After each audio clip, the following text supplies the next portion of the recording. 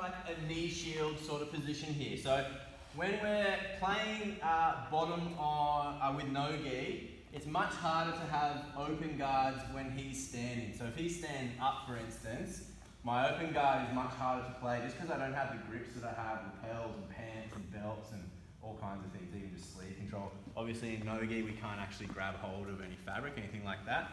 So let's just work on the bottom first and we'll do what to do if they stand up in a second. So we're going to be down in kind of like a half guard position here. I like to play half guard nice and shallow. So can you feel my foot's kind of hooking your shin? You don't want to be all the way through like this unless it's like, I don't know, 10 seconds to go and you just try not to get past. That's when you might lock everything down and you're super tight trying to squeeze just so that you don't lose a match on like a point or something. But to do anything, we have to open our triangle anyway. Okay, so I like to keep it nice and shallow here. As long as you're still hooking, that nice shallow hook there on their shin actually gives us a few different options. From there, we also want to have our top leg, if we're playing open like this, nice and vertical. The more horizontal it is, the more likely you are to get your legs smashed. Okay, now that doesn't mean you can't have your legs across, but that's a different type of knee shield where I'm right on his hip out to the side here. So it's very hard for him to actually smash because I'm kind of locked in on his leg. Okay, but normal sort of knee shield, I want to be here and I'm going to have my own frame. I'm not trying to reach him or push, I'm just trying to stop him putting weight on me. So if he's cross facing, I'm just doing this. And I want my arm inside my leg or on top. I like to go slightly inside because that way it gives me the space to get my underhooks. Okay, whereas if I'm on the outside here, he can beat me to that underhook here. Okay, so I want to have my knee shield nice and high, foot on the hip. If you do put your foot on the hip here, don't have it across this way. Okay, because you might pull it up for an steamer lock. You find yourself in trouble with different footlocks and things. On the outside here, it's much easier just to get that leg out of the way. And it will also help you keep more vertical with that leg placement. If I'm this way, again, now you see my legs turn, it's much easier for him to smash past.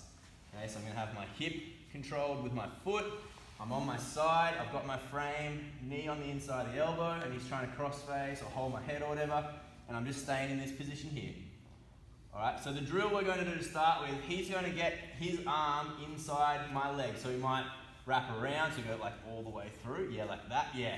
Because if he gets underneath or on the inside, he's going to win. Okay? So the drill we're going to do from here, if he circles his arm over the top, I'm going to hip out, circle my leg back through, and come here.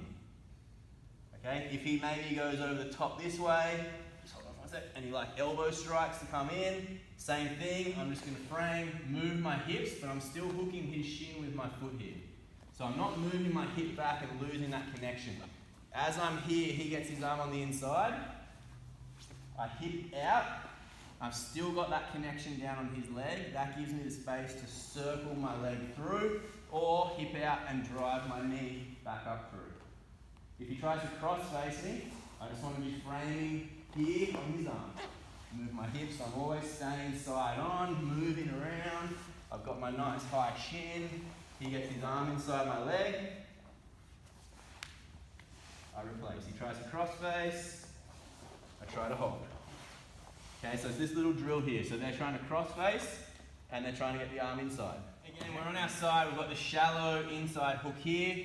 I've got my leg nice and vertical. I don't chase him, so if he just sort of stay where you are, so you're not if he's sort of sitting, figuring out what to do, I just sit here. I'm in no danger at this point. It's when he tries to come close to me, that's when that goes into his chest, he tries to grab my head, that's when now I engage. If he backs out, I just stay here. So you don't want to be chasing people like this because that's when maybe you get dast or something like that, okay? So I'm in this position, he sort of puts weight on me, which is usually one of the things that happen. Okay, I'm trying to keep this knee on the center line or to the outside of his body, not in here. Okay, so I'm trying to keep this. So the first technique we're going to do from this position here, I'm going to hip out a little bit to make a bit of room on the inside. I lift my leg, and then I'm going to take this hand that was framing, and it just rolls straight under to his back. Okay, so I'm here like this, he's putting pressure in. Hips go back slightly, lift. As that rolls, I'm going to let go of this and come up to this elbow. Here, or hand, whatever you can get to, and I want to hold that far hip because I want to be anchored to him here.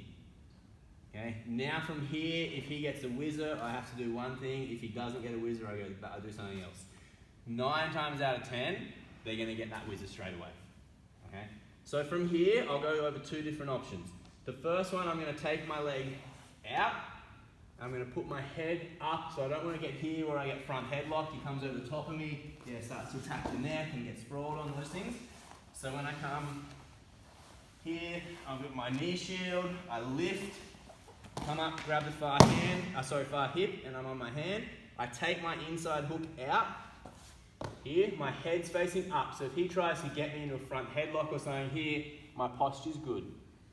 Okay, now from this position here, I'm going to reach for his, I'm going to basically do like a knee pick, essentially. Okay, so from here, I'm going to knee pick and run straight into him here, and up on top. Okay. So I get my knee shield, he's putting a bit of weight on, I'm just framing, I'm not reaching. Lift, come up. He gets the whizzer usually. So at this point, come out, heads up. We're in this dogfight position here. I'm just going to reach for that far knee, and I'm going to drive the hand that was on the hip up across his back. Okay, so I end up here, boom, and up on top. You might get caught in guard, you might get on top in a mount or a half guard, something like that. Just be careful, just don't keep that arm super straight, just in case you sort of land in a weird position, so you want to follow it up so you're nice and tight. So one more. Knee shield here, come up, foot comes out, heads up, nice posture, drive in, and up on top. Alright, let's have a go at that first, and then we'll do, they often don't want to give up the sweep, so in that dogfight position where you've got the hips on the underhook and they've got the whizzer, as you drive in, they'll often stand up, okay, because if you, I'll just go from the start. So I'm here like this, I open up space, I come up, he gets that whizzer, and I get to here. Now as I start driving in for my knee pick, if he just stands up with me, there's no sweep anymore. Yeah, so we come up into that position there. So a good competitor who's aware of points and things like that will often, if they feel like they're getting swept, will just bail and stand up. Okay, because then there's nothing. Yeah. So now we're actually going to turn that kneeling knee pick into an actual legit knee pick. Okay, so I'm in my knee shield again here, elevate. Remember, arm wants to come on the inside, not the outside, because he'll beat me to the underhook. Okay, so I want to make sure, elevate, fold, come up. I've got to have my head up, not down here. Okay, so heads up. Okay, now as I drive in, he stands with me. So now, what I'm going to do from here, the hand that was on the hip, I'm really going to accentuate pushing up and across his body that way. As I do it, I'm just going to run straight in front of him, and I'm kind of doing like a big steering wheel. My bottom hand is grabbing that far side knee, top one is just pushing, and I just run. Okay, so back down. Then my knee shield here, come up, he stands, and I just run straight through it. Okay.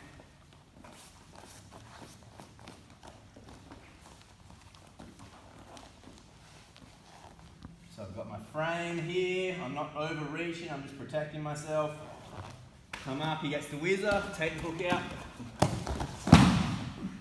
and then up on the side.